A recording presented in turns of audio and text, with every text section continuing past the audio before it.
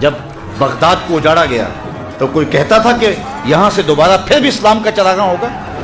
انسانوں کے سروں سے، کھوپڑیوں سے مینار بنائے گئے اور لوگ چھوڑ کے بغداد کو بھاگ گئے، کچھ لوگ تہہ خانوں میں چھپ گئے، پھر دریا دجلہ کا بند توڑا گیا تو دریا دجلہ کا پانی تہہ خانوں میں چلا گیا، 1.25 لاکھ لاشیں ہم نے وہاں سے اٹھائیں، اور پھر ایک متنفس بھی نہیں تھا جو حضور کا نام لیتا ہو۔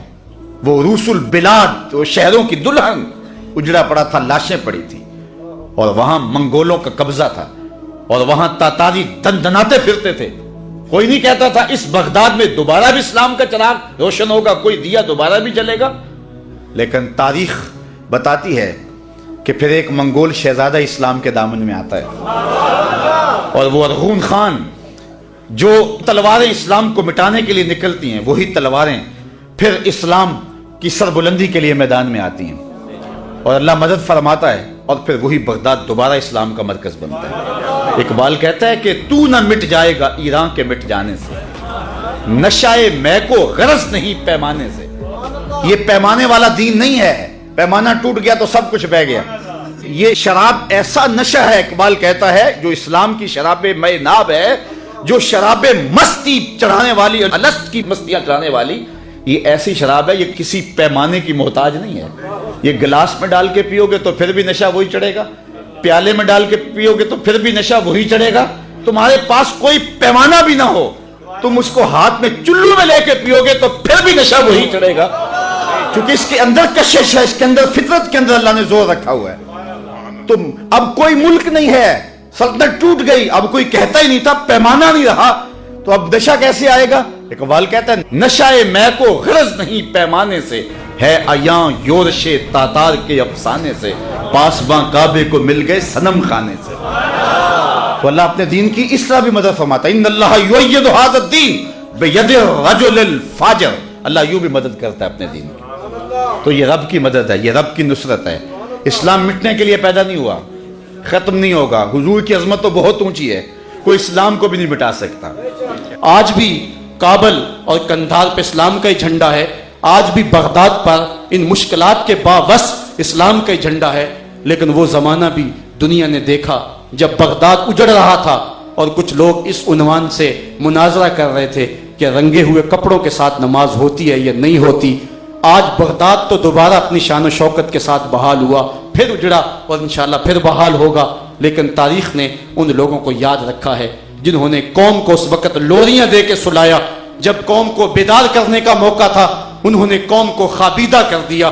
عشق و مستی کا جنازہ ہے تخیل ان کا، ان کے اندیشہ تاریخ میں قوموں کے مزار، چشم آدم سے چھپاتے ہیں مقامات بلند، کرتے ہیں روح کو خوابیدہ بدن کو بیدار۔ کیا آپ وہ بھول گئے ہیں جب بیت المقدس پر یہودیوں اور صہیونیوں کا قبضہ ہوا تو انہوں نے سلطان صلاح الدین ایوبی کی قبر پہ آ کے ٹھڈے مارے تھے اور کہا تھا اٹھ اور ہمارا مقابلہ کر۔ صلاح الدین ایوبی کی زندگی میں تو کوئی ان کے سامنے کھڑا نہ ہو سکا۔ یہ اصل صلاح الدین ایوبی کی قبر کو ٹھڈا نہیں تھا، یہ امت مسلمہ کو جھنجھوڑا گیا تھا، اس کو اٹھایا گیا تھا۔ لیکن ہم نے کہا میاں ہم اتنے سو گئے ہیں، ہم تو سورہ اسرافیل سے ہی جاگیں گے، اس سے قبل تو ہم بیدار نہیں ہوگے، نہ سمجھو گے تو مٹ جاؤ گے اے ہم نشیں وطنوں، تمہاری داستان تک نہ ہوگی داستانوں میں۔ جس طرح تنکا جوڑ کر کے ایک پرندہ گھونسلہ تیار کرتا ہے، آپ امت کی تشکیل کے حوالے سے حضور کی کاوشوں کو دیکھیں۔ صہیب روم سے آئے، بلال حبشے سے آئے، حضرت ابو بکر مکے سے تھے، حضرت سعد مدینے سے تھے، حضرت سلمان فارس سے آئے، کہاں کہاں سے لوگ پہنچے اور ایک وحدت کی لڑی میں ان کو پرویا۔ یہاں شاعر مشرق ترجمان حقیقت کا لہجہ دیکھیے، وہ کہتے ہیں مست چشم ساکیے بطحاس تیم، در جہاں مثل مو می ناس تیم، چوں گلے صد برگ مارا بو یکیست، او کے جانے ای نظامو او یکیست، ہزاروں قومیں وجود میں آئیں دہر میں خشک و تر کے رشتے سے، ہم نے بنیاد دوستی رکھی یاد خیر البشر کے رشتے سے۔ تو یہ ایک امت مارز وجود میں آئی۔ آقا کریم علیہ الصلوۃ والسلام نے اس امت کو جس طرح سے پروان چڑھایا، ان میں وحدت پیدا کی اور ایک لڑی میں پرویا۔ اس سلکے بہی کو توڑنے کے لیے یہود و نصارہ کی سازشیں اس دور میں بھی جاری رہیں، اور انہوں نے ہر ہیلا اور ہر جتن کیا اور امت کی وحدت اور اتحاد کو پارا پارا کرنے کے لیے اپنی تمام سازشوں سے کام لیا۔ لیکن حضور علیہ الصلوۃ والسلام کا سایہ رحمت امت کی وحدت کا ذریعہ اور سبب تھا، لہٰذا اس امت کی شکست و ریخت نہ ہو سکی۔ خلفائے راشدین کا زمانہ آیا، سازشیں بدستور موجود رہیں۔ کچھ لوگوں نے زکوٰۃ دینے کا انکار کیا، جھوٹے مدعیان نبوت نے سر اٹھائے، لیکن صحابہ نے پوری قوت پامردی کے ساتھ اس امت کی آبرو کی حفاظت کی اور حضور کے دین کا پہرا دیا۔ امت مسلمہ کو گزشتہ 14 صدیوں سے بہت علمی، فکری، اقتصادی، سیاسی، تعلیمی اور ثقافتی چیلنجوں کا سامنا رہا ہے۔ معتزلہ، قدریہ، جبریہ، لا ادریہ، اندیہ اور مرجیہ جیسے فتنے سر اٹھاتے اور حشر بپا کرتے رہے، لیکن احمد بن حنبل، ابو منصور ماتریدی اور ابو الحسن اشعری جیسے لوگ پوری قوت کے ساتھ ان لوگوں کا مقابلہ کرتے رہے۔ دوسری صدی اور تیسری صدی کے دوران جب یونانی علوم کا عربی ترجمہ ہوا تو یہ امت مسلمہ کے لیے ایک انتہائی مشکل وقت تھا۔ مسلم مفکرین کی بڑی تعداد ان سے متاثر ہوئی، حتیٰ کہ بعض احکامات کی تعبیریں متفق علیہ تعبیر سے ہٹ کر لی گئیں۔ مسلم مفکرین نے اس علمی فکری چیلنج کا جواب پوری قوت کے ساتھ دیا، لیکن اس سوال و جواب میں کم و بیش 3 صدیاں لگ گئیں، حتیٰ کہ امام رازی اور امام غزالی جیسے لوگوں نے اس فتنے کی بساط لپیٹ دی۔ پھر زمانہ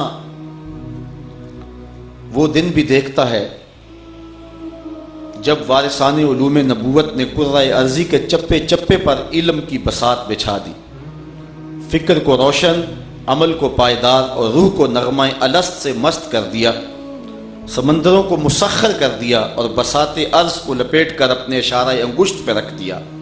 تھے ایک ہمیں تیرے مار کا آراؤں میں، خشکیوں میں لڑتے تھے کبھی دریاؤں میں، دی ازانے کبھی یورپ کے کلیساؤں میں، کبھی افریقہ کے تپتے ہوئے صحراؤں میں، دشت و دشت دریا بھی نہ چھوڑے ہم نے، بحر ظلمات میں دوڑا دیے گھوڑے ہم نے۔ کون سا علم و فن تھا جس کو علم وحی کے سامنے جھکا نہ دیا گیا ہو؟ زمین کی پیمائش کر کے آج کے گلوبل ورلڈ کا راستہ آسان کر دیا، رصد گاہوں سے اجرام فلکی زیر دام لا کر کے اپالو 11 کے لیے راہ مستقیم کا تعین ہم نے ہی تو کیا تھا۔ جی ایچ ویلز اعتراف کرتا ہے کہ اسلامی تمدن مغربی تمدن کا پیش رو ہے۔ بصرہ، کوفہ، بغداد، سمرقند، بخارا، ماوراء النہر، قرطبہ اور قاہرہ کی یونیورسٹیاں علم و حکمت کا مرکز تھیں اور تمام جہان میں نور پھیلا رہی تھیں۔ عربی فلسفہ اسپین کے راستے مغرب میں داخل ہوا اور پیرس، آکسفورڈ پھر شمالی اٹلی کے جامعات پر چھا گیا۔ شارلیمان اس کے لارڈز ابھی دستخط کرنے کی مشق سے گزر رہے تھے کہ ابن حزم کے قلم سے 1000 کتابیں نکل چکی تھی۔ زمانے نے یہ منظر بھی دیکھا کہ پیرس کی گلیوں میں ابھی کیچڑ تھا کہ محمد عربی کا مدینہ وحی کے نور سے روشن تھا۔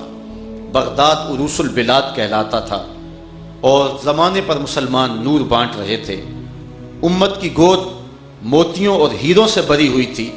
بخاری و مسلم اور امام حاکم جیسے محدث، ابو حنیفہ، شافعی اور امام مالک جیسے فقیہ، ابن سعد، ابن خلدون اور واقدی جیسے تاریخ دان، ابو علی سینا، زکریا رازی، علی بن عباس جیسے طبیب، جابر بن حیان، یعقوب بن اسحاق، خوارزمی اور طغرائی جیسے کیمیا دان، ابن الحیثم الغزالی اور ابو البرکات البغدادی جیسے ماہر طبیعیات، ابو معشر اور مسعودی جیسے ماہر فلکیات، ابن سینا اور ابن رشد اور حمداللہ القزوینی جیسے ماہر حیاتیات امت کے ماتھے کا جھومر تھے۔ محمد بن قاسم، صلاح الدین ایوبی، غوری اور غزنوی کی تیغ آبدار، بایزید بستامی، ابو الحسن خرقانی، جنید بغدادی، خواجہ اجمیری اور داتا حجویری کی نگاہ دل فگار کے سامنے کون ٹھہر سکتا تھا؟ ٹل نہ سکتے تھے اگر جنگ میں اڑ جاتے تھے، پاؤں شیروں کے بھی میدان سے اکھڑ جاتے تھے، تجھ سے سرکش ہوا کوئی تو بگڑ جاتے تھے، تیغ کیا چیز ہے ہم تو توپ سے لڑ جاتے تھے، نقش توحید کا ہر دل پہ بٹھایا ہم نے، زیر خنجر بھی یہ پیغام سنایا ہم نے، تو ہی کہہ دے کہ اکھاڑا در خیبر کس نے، شہر کیسر کا جو تھا اس کو کیا سر کس نے، توڑے مخلوق خدا بندوں کے پیکر کس نے، کاٹ کے رکھ دیے کفار کے لشکر کس نے ٹھنڈا کیا آتش ایران کو، کس نے پھر زندہ کیا تذکرہ یزداں کو، کون سی قوم فقط تیری طلبگار ہوئی اور تیرے لیے زحمت کشے پیکار ہوئی، کس کی شمشیر جہانگیر جہاں دار ہوئی، کس کی ہیبت سے صنم سہمے ہوئے رہتے تھے، منہ کے بل گر کے ہو واللہ احد کہتے تھے۔ ہم نے وہ پھر زمانہ بھی دیکھا کہ ہمارے حکمران عادل، علم دوست، بہادر اور غیرت مند تھے، پورا زمانہ ہمیں خراج دیتا تھا۔ خلیفہ ہارون الرشید کے زمانے میں بغداد میں سالانہ 40 کروڑ دراہم خراج آیا کرتا تھا، لیکن یہ کہانی پھر جب اپنے زوال کی طرف جاتی ہے تو امت کے عروج اور بانکپن کو جب نظر لگ جاتی ہے، پھر ہمارے گھر اجڑنے لگے۔ منگولوں اور تاتاریوں نے جس طرح ظلم اور جبر کا بازار گرم کیا، یہ کسی سے مخفی نہیں۔ ہماری تاریخ ہمیں بتاتی ہے کہ دریائے دجلہ کا پانی سرخ ہو کر کے بہا، اس قدر ہمارا خون بہایا گیا۔ وہ لمحے بھی آئے کہ انسانی سروں کا مینار تعمیر کیا گیا اور مسلمانوں کا سر ڈھونڈنے سے نہیں ملتا تھا۔ جو لوگ جان چھپانے کے لیے تہہ خانوں میں چھپ گئے، دجلہ کا بند توڑ کر کے ان کو مارا گیا، حتیٰ کہ ہم نے 1.25 لاکھ لاشیں تہہ خانوں سے نکالی۔ وہ ظلم اور جبر کا بازار گرم ہوا کہ لہلہاتا ہوا باغ خزاں رسیدہ ہو گیا، چمن کے مالی ہی چمن کی جڑیں کاٹنے لگے، گلشن میں خاک اڑنے لگی، تیری محفل بھی گئی، چاہنے والے بھی گئے، شب کی آہیں بھی گئی، صبح کے نالے بھی گئے، وادی نجد میں وہ زور سلاسل نہ رہا، کیس دیوانہ نظارہ محمل نہ رہا، حوصلے وہ نہ رہے، ہم نہ رہے، دل نہ رہا، گھر یہ اجڑا ہے کہ تو رونق محفل نہ رہا، جن کے ہنگاموں سے تھے آباد ویرانے کبھی، شہر ان کے مٹ گئے، آبادیاں بن ہو گئیں، سطوت توحید قائم جن نمازوں سے ہوئی، وہ نمازیں ہند میں نظر برہمن ہو گئیں، اڑتی پھرتی تھیں ہزاروں بلبلیں گلزار میں، دل میں کیا آئی کہ پابندے نشیمن ہو گئیں، وائے ناکامی متائے کارواں جاتا رہا، کارواں کے دل سے احساس زیاں جاتا رہا، لے گئے تسلیس کے فرزند میراث خلیل، خشت بنیاد کلیسا بن گئی خاک حجاز، ہو گئی رسوا زمانے میں کلاہ لالا رنگ، جو سراپا نازتے ہیں آج مجبور نیاز، ہو گیا مانند آب ارزاں مسلماں کا لہو، مسترب ہے تو کہ تیرا دل نہیں دانائے راز، آج 400 خون کی ندیاں بہ رہی ہیں، بکھرے ہوئے لاشیں، کٹے ہوئے اعضاء، روتی بلکتی مائیں، بین کرتی بہنیں، سسکتے ہوئے یتیم بچے، اجڑے ہوئے سہاگ، فریاد کرتی بیٹیاں، لیکن آج کوئی محمد بن قاسم نظر نہیں آتا، کوئی آکھے وارث شاہ نو اج قبراں وچوں بول، اج کتاب عشق دا کوئی اگلا ورکا پھول، ایک روئی سی تی پنجاب دی تو لکھ لکھ مارے وین، اج لکھاں تیاں دیس دیاں وارث شاہ تینوں کہن، آفیہ بیٹی دیس تیرے وچ رووے تے کرلاوے، کیڑا او دے اتھرو پونجے، کیڑا چپ کو راوے، احمد چیکا مارے، کون سنے فریاداں، اج دین نبی دا وانگ یتیماں، گھر کر تکے کھاوے، کتھوں لبھاں عمر بہادر جڑا روندے نو گل لاوے۔ پچھلے دنوں الخلیجیہ چینل پر میں دیکھ رہا تھا کہ شیخ الذہبی الحماد کو ایک عراقی نے فون کیا جو کہ ظلم اور جبر کی چکی میں پیسا جا رہا تھا. اس کا گھر اجاڑ دیا گیا, 3 سال کا بچہ گود سے چھین کر کے قتل کر دیا گیا, اور پھر اس بچے کو آگ میں جلا کر کے اس کے بوڑھے باپ کے سامنے رکھا گیا. اس کی داڑھی نوچ لی گئی اور اس کے سامنے اس کی قوم کی بیٹیوں کی آبرو ریزی کی گئی. اس نے شیخ الذہبی الحماد سے اپنا دکھڑا کہا, تو میں دیکھا کہ شیخ ذہبی اس کو اسبر اسبر کہہ رہا تھا کہ بس صبر کرو صبر کرو. تو میں رویا. میں نے کہا کہ اے عراق کے مظلوم بھائی, تو کن کو پکار رہا ہے؟ یہ وہ عرب نہیں ہے جو اونٹوں کی ننگی پیٹھوں کے اوپر بیٹھ کر کے جہاد کے ترانے پڑا کرتے تھے. اب تو ان کے نغمے بدل گئے ہیں, اب تو ان کی لے تبدیل ہو گئی ہے, اب ان کا لہجہ بدل گیا ہے. اب تو یہی کہتے نظر آتے آنا ابغی امارہ جدید, سیارہ جدید, حرمہ جدید. ہمیں نیا گھر چاہیے, ہمیں نئی عمارت چاہیے, ہمیں نئی بیوی چاہیے. آج ان کا انداز زندگی بدل گیا.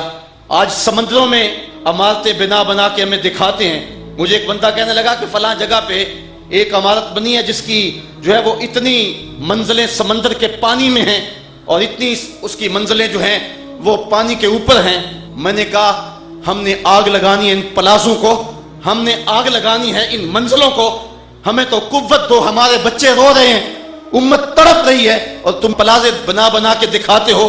امت کو ان پلازوں کی ضرورت نہیں ہے, امت کو جہادی ہاتھوں کی ضرورت ہے, امت کو جو ہے وہ ایٹم بم کی ضرورت ہے.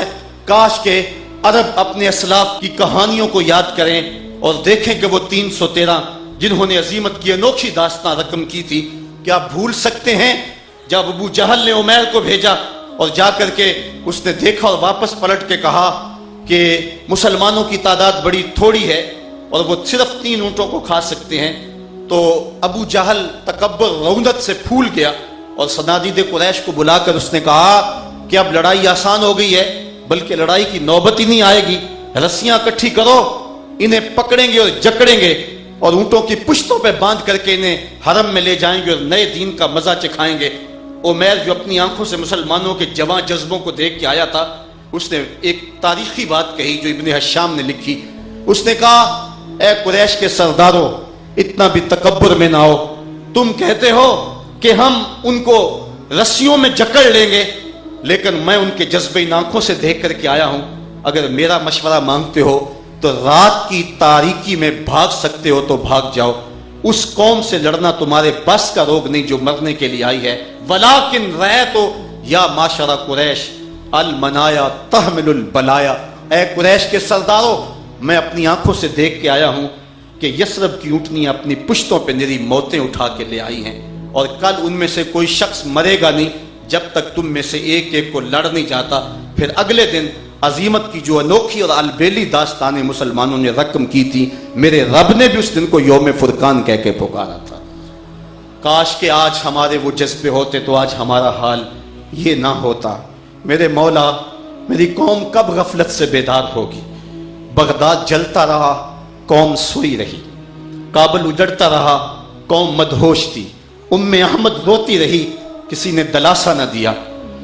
دشت لیلا, تورا بورا, تقریب, موصل, بغداد, القدس, کشمیر, غزہ, کہاں کہاں ہمارے گھر نہیں اجاڑے گئے. ہمیں کچلا گیا, ہمیں مارا گیا, ہمارے وسائل پہ قبضہ کیا جا رہا ہے, ہماری کلیجے چھلنی کیے جا رہے ہیں. کتاب رحمت کو آگ لگا کر اور پیغمبر رحمت کے خاکے تراش کر کے ہمارے جذبات کی توہین کی جا رہی ہے اور ہمیں ذہنی اور روحانی تکلیف پہنچائی جا رہی ہے. لیکن ہمارے حکمرانوں کا حال کیا ہے؟ وہ بد نصیب شخص جس کو دنیا جنرل ہوڈ کے نام سے جانتی ہے, یہ وہ بدبخت شخص تھا کہ گوانٹا ناموبے کے جیل خانوں میں مسلمان قیدیوں کو ذہنی اذیت دینے کے لیے اس نے ٹائلٹس میں ٹشو پیپر کی جگہ قرآن کے ورقے رکھے تھے اور مسلمانوں کو اذیت دی تھی. اس وقت سارے جہان کو آگ لگ جانی چاہیے تھی, لیکن وہی بد نصیب شخص جب پاکستان پہنچا تو ہمارے اس دور کے حکمرانوں نے اس کے پاؤں تلے سرخ قالین بچھائے, اور آج ہم کہتے ہیں کہ اللہ کی رحمتیں ہم سے روٹھ گئی ہیں. ہم ذرا اپنا احتساب کریں. جب میں کہتا ہوں الہی میرا احوال دیکھ, حکم ہوتا ہے اپنا نامۂ اعمال دیکھ. ہم بے غیرتی کی چادر اوڑھ چکے ہیں، مذہبی حمیت اور غیرت دینی دم توڑ چکی ہے، امت جاں بلب ہے۔ طارق بن زیاد نے کشتیاں جلائی تھیں اور کسی نے پوچھا تھا کہ تم نے کشتیاں کیوں جلا دی؟ اس نے ایک حکمت بتائی، اس لیے کہ تم واپس نہ جا سکو، اور دوسری حکمت اس نے کہا پھر کبھی بتاؤں گا۔ بعد میں کسی نے طارق بن زیاد سے پوچھا کہ طارق بن زیاد آپ فتح بھی ہو گئی ہے لیکن تم نے دوسری حکمت ابھی تک نہیں بتائی۔ تو طارق بن زیاد نے کہا تھا کہ میں نے دیکھا تھا کہ اندلس کے اندر مصطفیٰ کریم داخل ہو رہے ہیں، اور اس سے مجھے پتا تھا کہ ہم اندلس فتح کر کے رہیں گے۔ یہاں کے اوپر تم کس لیے آئے ہو؟ تمہارا مقصد حیات کیا ہے؟ میری زندگی کا مقصد تیرے دین کی سرفرازی، میں اسی لیے مسلمان، میں اسی لیے نمازی۔ آؤ حالات کا جائزہ لیں اور اپنے رب سے پکاریں، میرے مالک ہم حالات کے جبر کے سامنے جھک گئے، ہمیں معاف کر دے۔ ہم وعدہ کرتے ہیں آئندہ زندگی جئیں گے تو تیرے لیے، مریں گے تو تیرے لیے، اور زندگی کا ایک ایک سانس تیرے رسول کے نام وقف کر دیں گے۔ آپ سمجھتے ہیں کہ ہم اگر سارے لوگ بھی پوری قوت کے ساتھ اٹھ کھڑے ہوں گے کیا نظام باطل کو ہم لوگ مٹا لیں گے؟ لیکن صاحبو، ہم نے اپنے کام کو ہر صورت میں جاری رکھنا ہے۔ وہ کہانی آپ نہیں بھول سکتے ہیں کہ جب اللہ کے ایک واحد پرستار حضرت ابراہیم علیہ السلام کے لیے آگ کا الاؤ روشن کیا گیا، کسی نے دیکھا کہ چڑیا اپنی چونچ میں تھوڑا سا پانی کہیں سے لا کر کے اس آتش کدے پہ پھینکتی ہے، اور 2-4 مرتبہ کسی نے دیکھا تو چڑیا سے پوچھا، چڑیا اس آتش کدے کو تو بجھا تو سکتی نہیں ہے، لیکن اپنی چونچ کے اندر اتنا پانی لا کر کے ڈال کر کے کیا مشق کر رہی ہے؟ تو چڑیا نے جو جواب دیا وہ بڑا خوبصورت ہے۔ اس نے کہا کہ جانتی ہوں کہ میں اس آتش کدے کو بجھا نہیں سکتی، لیکن میں اپنے فریضے سے غافل نہیں ہوں۔ کل جب کہ فہرست تیار ہوگی آگ بھڑکانے والوں کی اور آگ بجھانے والوں کی، تو میرا نام نمرود کو ٹھنڈا کرنے والے کوششوں میں شامل تو ہوگا۔ وہ مائی بھی تو سوت کی اٹی لے کر کے یوسف کے خریداروں میں شامل ہونے کے لیے آئی تھی۔ کبھی آپ نے جگنو کو دیکھا ہے کہ اس کے پاس کتنی کو روشنی ہوتی ہے، لیکن رات کے اندھیروں میں وہ بھاگتا پھرتا ہے؟ تمہارے پاس تو قرآن کے اجالے ہیں، اس لیے اٹھ کھڑے ہو جاؤ اور پوری قوت کے ساتھ اس اندھیروں، اس ظلمتوں کو ختم کرنے کے لیے اپنا کردار ادا کرو۔ اللہ تعالیٰ غالب ہے، وہ ابابیلوں سے ہاتھی مروانا جانتا ہے۔ اللہ تعالیٰ جل شانہ لنگڑے مچھر سے نمرود کا فخر توڑنا جانتا ہے۔ اس لیے ہم اپنا حصہ اور جو اپنی ڈیوٹی ہے اس کو نبھائیں، اور اپنے آقا و مولا کے نام کا نعرہ ساری زندگی ہم لگاتے رہیں، اور نظام مصطفیٰ کے پیغام کو دنیا کے کونے کونے تک پہنچانے کے لیے کبھی بھی سرد ہو کر کے نہ بیٹھیں۔ ہم میں سے کتنے لوگ ہیں کہ جو اس فریضے کو ادا کر رہے ہیں، اور کتنے لوگ ہیں کہ جو موجودہ نظام کا حصہ اور اس سسٹم کا حصہ بن کے رہ گئے ہیں۔ ہم عجیب لوگ ہیں کہ جب کوئی بھی الیکشن آتا ہے اور کوئی سیاستدان ڈگڈگی بجاتا ہے اور ہم لوگ اس کے پیچھے لگ کے زندہ باد کے نعرے لگانے لگ جاتے ہیں، جبکہ ہمیں پتہ ہوتا ہے کہ اس نے کس طرح دونوں ہاتھ سے قوم کو لوٹا ہے، اور نئے رنگ و روپ کے اندر لوگ آ کر کے کس طرح سے ہمیں دھوکہ دے جاتے ہیں۔ کیا ہم ساری زندگی دھوکہ ہی کھاتے رہیں گے؟ 63 برس تو بیت گئے، کیا باقی زندگی بھی اس فراڈ میں گزار دیں گے؟ آؤ آج کی اس کانفرنس کے اندر ہم یہ عہد کر کے اٹھیں کہ جو باقی زندگی ہے ہم کسی سیاستدان کا، کسی چور ڈاکو لٹیرے کا اور کسی بے حمیت اور بے غیرت کا نعرہ نہیں لگائیں گے۔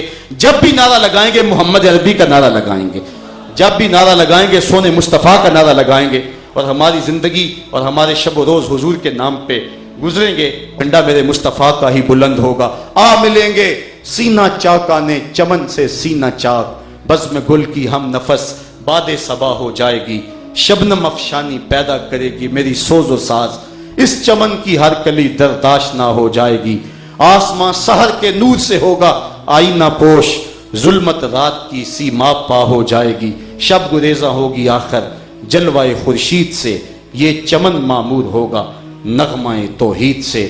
صاحبو، اس وقت ہم اپنے اللہ سے فریاد کریں اور دکھا ہوا دل لے کے اسی کے حضور پیش ہوں اور عرض کریں میرے مالک ہمیں اپنی رحمتوں کے حصار میں لے کر کے نکلیں گے اور ترک ان کے ساتھ شامل ہوں گے، اور پھر بیت المقدس کو فتح کیا جائے گا، اور اس کے بعد اگر کوئی یہودی اور عیسائی کسی پتھر کی اوٹ میں بھی چھپنے کی کوشش کرے گا، احادیث میں آتا ہے وہ پتھر بھی آواز دے کے مسلمان مجاہد کو کہے گا کہ ادھر آ، میرے پیچھے یہ ظالم چھپا ہوا ہے، اور وہ پتھر اور وہ جھاڑی بھی اس کو پناہ نہیں دے سکے گی، اور کائنات کا ایک ایک گوشہ اور ایک ایک کونا حضور علیہ الصلوۃ والسلام کے نام سے ہی گونج اٹھے گا۔ یہ میرے سامنے اگر 1000 آدمی بیٹھا ہے تو اس پیغام کو پوری قوت کے ساتھ 100 آدمی تک پہنچا دے تو 1,00,000 آدمی تک پیغام پہنچ جائے گا، اور اگر میرے سامنے بیٹھنے والے لوگ 1,00,000 ہیں اور یہ پیغام اگر وہ 100 آدمی کو پہنچا دے تو 1,00,00,000 آدمی تک یہ پیغام پہنچ جائے گا۔ ظاہر ہے ہر شخص خطابت کا وہ تنتنا اور لفظوں کے اندر وہ بانک پن نہیں رکھتا ہوتا ہے، لیکن جذبے لفظوں کے محتاج نہیں ہوتے۔ اشہد بلال عند اللہ اشہد، بلال کی اسد ہی وہ حشر بپا کر دیتی ہے کہ جو لوگوں کے اسد کے اندر نہیں ہے۔ آج ہمارا المیہ یہ ہے کہ ہمارے خطبے بے روح ہو گئے ہیں، ہمارے لفظ بے نور ہو گئے ہیں۔ اقبال نے اس دکھڑے کو بیان کیا، واعظ قوم کی وہ پختہ خیالی نہ رہی، برق طبعی نہ رہی، شعلہ میں کالی نہ رہی، رہ گئی رسم آذاں روح بلالی نہ رہی، فلسفہ رہ گیا تلقین غزالی نہ رہی، مسجدیں مرثیہ خواہ ہیں کہ نمازی نہ رہے، یعنی صاحب اوصاف وہ حجازی نہ رہے۔ آج ہم نے اپنے اسلاف کی صلاحیتیں اور ان کے جذبے آج پھر اپنے اندر پیدا کرنے ہیں۔ آج ہم کہتے ہیں کہ ہم دنیا سے کیوں پیچھے رہ گئے، میں کہتا ہوں کبھی اپنی حالت دیکھی، ہمارا حال کیا ہے۔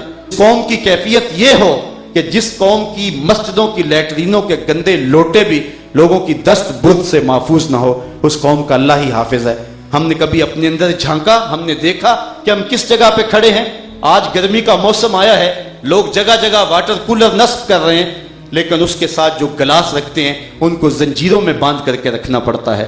میں پوچھتا ہوں اچھا مسلمان تو بڑی دور کی بات ہے، ہم تو اچھے انسان بھی نہیں ہیں۔ میں ایک دن جمعۃ المبارک پڑھانے نکلا تو میرے آگے ایک گدھا گاڑی جا رہی تھی جس کے اوپر لکھا ہوا تھا کہ جلنے والے کا منہ کالا۔ میں سر پکڑ کے بیٹھ گیا، میری قوم اتنی گر گئی ہوئی ہے کہ ایک مزدور سے بھی جلنے والے لوگ اس معاشرے کے اندر موجود ہیں۔ جب قوموں کے تیور اور قوموں کے لچھن اور لوگوں کا انداز زندگی ایسا ہو تو پھر قومیں آگے نہیں بڑھا کرتی ہیں۔ ہم نے دیکھنا ہے، اپنے اندر اخلاقی قوت پیدا کرنی ہے، اپنے اندر غیرت و حمیت کا نور پیدا کرنا ہے۔ علماء نے اپنے خطبوں کو، اپنی تقریروں کو مؤثر بنانا ہے۔ اگر ہماری تقریر لوگوں پہ اثر نہیں کرتی تو ہم نے دیکھنا ہے کہ ہمارے اندر کون سی کمی ہے۔ اشہد بلال عند اللہ اشہد، اسد دھوم مچا دیتی ہے تو ہم نے دیکھنا ہے کہ ہمارے مکفہ جملے اور ہماری خوبصورت گفتگو اور ہمارے لف و نشر سے مرتب باتیں لوگوں کے دلوں کے اندر ہلچل پیدا کیوں نہیں کرتی۔ ہم اپنے عمل پہ زور کریں۔ میرے شاہ نقشبند بخاری، آپ نے بڑی خوبصورت بات لکھی کہ جس شخص کی خاموشی فائدہ نہیں دیتی اس شخص کی تقریر بھی فائدہ نہیں دیتی۔ آج ہمارا المیہ یہ ہے کہ ہمارا کردار وہ چمک نہیں رکھتا تو گفتار کے اندر تو پھر روشنی کہاں سے آئے۔ ایک غوث اعظم تھا، اس نے پورے زمانے کو زندگی دے دی، اور محی الدین انہیں اس لیے کہا جاتا ہے۔ آج ہر آستانے کا سجادہ نشین وقت کا غوث ہے، لیکن آج قوم کی تقدیر کیوں نہیں بدل رہی۔ تیرے صوفے ہیں فرنگی، تیرے قالی ہیں ایرانی، خون کے آنسو رلاتی ہے جوانوں کی تن آسانی۔ نہ جوانوں میں وہ حال رہا، نہ بوڑھوں کی وہ کیفیت نہیں، نہ قوم کے ذمہ دار اور کار پرداز اپنے منصب سے آگاہ رہے۔ وائے ناکامی متائے کارواں جاتا رہا، کارواں کے دل سے احساس زیاں جاتا رہا۔ ایک تو نقصان یہ ہوا کہ کارواں لٹ گیا، اور دوسرا نقصان یہ ہے کہ احساس زیاں کی دولت بھی لٹ گئی۔ کیا غالب نے خوب کہا تھا، ہوا مخالف و شب تارو بہر طوفان خیز، گسستائے لنگر کشتی و ناخدا خفتست۔ ہوا مخالف ہے، رات تاریک ہے، سمندر میں طوفان بپا ہے، کشتی کا لنگر بھی ہاتھ سے چھوٹ چکا ہے، لیکن اس کے باوجود کشتی بچ سکتی تھی اگر کشتی بان جاگ رہا ہوتا۔ لیکن افسوسناک پہلو یہ ہے کہ ناخدا بھی نیند کے ہچکولوں میں ہے۔ میری کشتی کو خدا ہی بچائے تو بچے، ظلمتیں ہیں یاس کی، شام ہے طوفانوں کی۔ ایک وہ زمانہ تھا کہ حضرت عمر مدینے میں قدم رکھتے تھے، کیسر و کسریٰ کی سلطنتیں کانپتی تھیں۔ آج ہم دوسروں سے ڈکٹیشن لیتے ہیں۔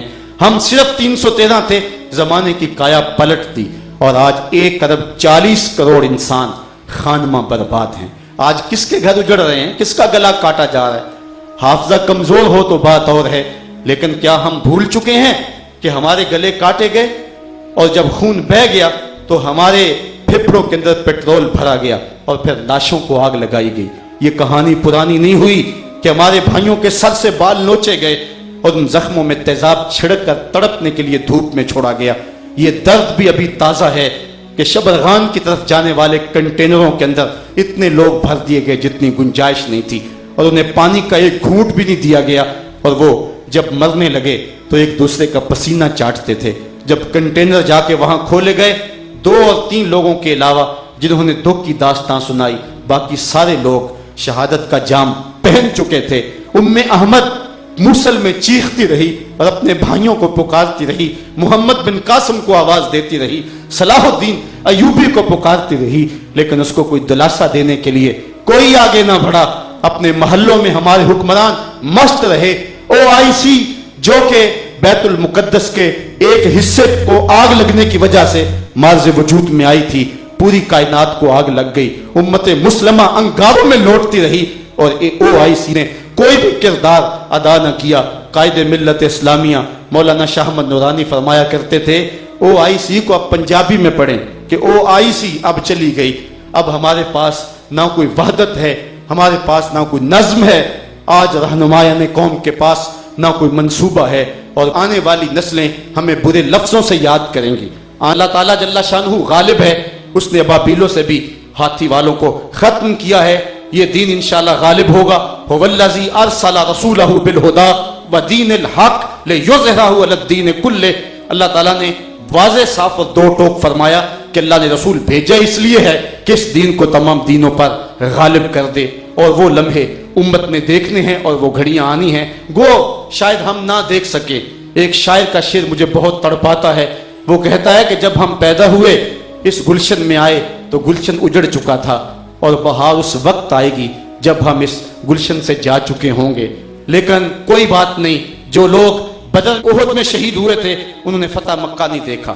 اسلام کی نشأت ثانیہ کا خواب ہمارے آنکھوں میں ہے، گو ہم نہ بھی دیکھ سکیں، لیکن ہماری آنے والی نسلیں اس خواب کو ضرور شرمندہ تعبیر ہوتے ہوئے دیکھیں گی۔ ہم قبر میں بھی ہوں گے تو قبر میں ہم خوش ہو جائیں گے، ہماری روح سرشار ہوگی۔ میں اس مجاہد کو نہیں بھول سکتا جو لڑتے لڑتے شہید ہو گیا، اور پھر اس نے آخری ہچکی میں یہ لفظ کہے تھے کہ جب اللہ اسلام کو فتح دے دے تو میں تمہیں اور کوئی وصیت نہیں کرتا، میری قبر پہ آ کے یہ خوشخبری سنا جانا۔ آج ان کی قبریں بھی تک رہی ہیں۔ میں کہتا ہوں وہ پیران عظام، وہ قائدین قوم، اور وہ ملت کے زعماء جو قوم کو لوریاں دے رہے ہیں، اور اس قوم کو جو ہے وہ قیام کا درس نہیں دیتے، صرف سجود کا درس دیتے ہیں، تاریخ کل ان کو کبھی بھی معاف نہیں کرے گی۔ اللہ تعالیٰ نے اس امت کو فتح دینی ہی دینی ہے، اور نام محمد کا جھنڈا اونچا ہی اونچا ہونا ہے۔ حضرت مجدد الفسانی علیہ رحمہ فرماتے ہیں کہ پیر کا مقصد یہ نہیں ہے کہ بھیڑوں کی ایک جماعت اکٹھی کر لے اور بہت سارے لوگ اپنے حلقہ ارادت میں جمع کر کے لوگوں پر فخر جتاتا پھرے کہ میرے اتنے مرید ہیں۔ حضرت شیخ مجدد فرماتے ہیں پیر کا مقصد طریقت یہ ہے کہ وہ شیروں کا ایک جتھا تیار کرے، اور پھر وقت آئے کہ فیصلہ کن موقع کے اوپر کھڑا کر کے دین اسلام کے جھنڈے کو پوری دنیا کے اوپر غالب کر دے۔ کیا ہم اس فریضے کو بھول چکے ہیں؟ اگر بھول چکے ہیں تو پھر اس عہد کو ہم نے دوبارہ تازہ کیا۔ تو نے پوچھی ہے امامت کی حقیقت مجھ سے، حق تجھے میری طرح صاحب اسرار کرے، ہے وہی تیرے زمانے کا امام برحق جو تجھے حاضر و موجود سے بیزار کرے، موت کے آئینے میں دکھلا کے رخ دوست تیرے لیے زندگی اور بھی دشوار کرے، دے کے احساس زیاں تیرا لہو گرما دے، فقر کی سان چڑھا کے تجھے تلوار کرے، فتنہ ملت بیضا ہے امامت اس کی جو مسلمان کو سلاطین کا پرستار کرے۔ انشاءاللہ جب تک زندگی ہے اس پیغام کو آگے منتقل کرتے رہیں گے۔ اللہ مجھے آپ کو اپنی رحمتوں کا نور نصیب فرمائے، اس عزم کے ساتھ آفاق کے ہر ہر گوشے میں قرآن سنا کر دم لیں گے، اب رکنا نہیں، اب تھمنا نہیں، فردوس میں جا کر دم لیں گے۔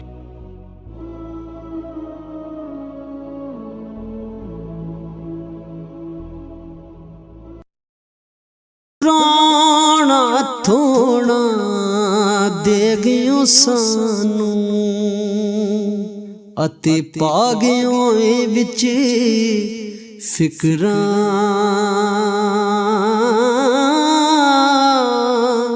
پاٹی لیر پرانی وانگوں تے ٹنگ گیوں وچ ਕਿਕਰਾਂ